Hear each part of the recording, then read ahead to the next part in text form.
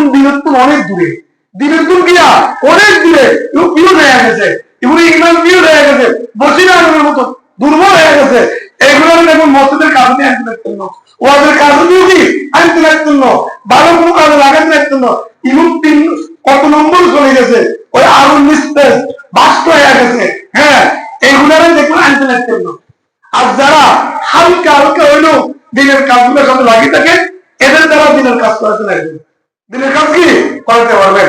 তো আমি কথাগুলো যেভাবে বুঝাইতে, অল্প কথা যদি কথা কম বলছি, কিন্তু জরুরি কিছু কথা বলছি যে ইমান কাকে বলে, উপরে কাকে বলে।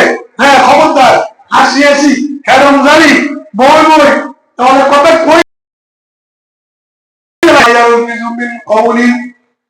মা ইয়ালবিজু মিন কওলিন ইল্লা লাদাইহি রাকিবুন আতীদ।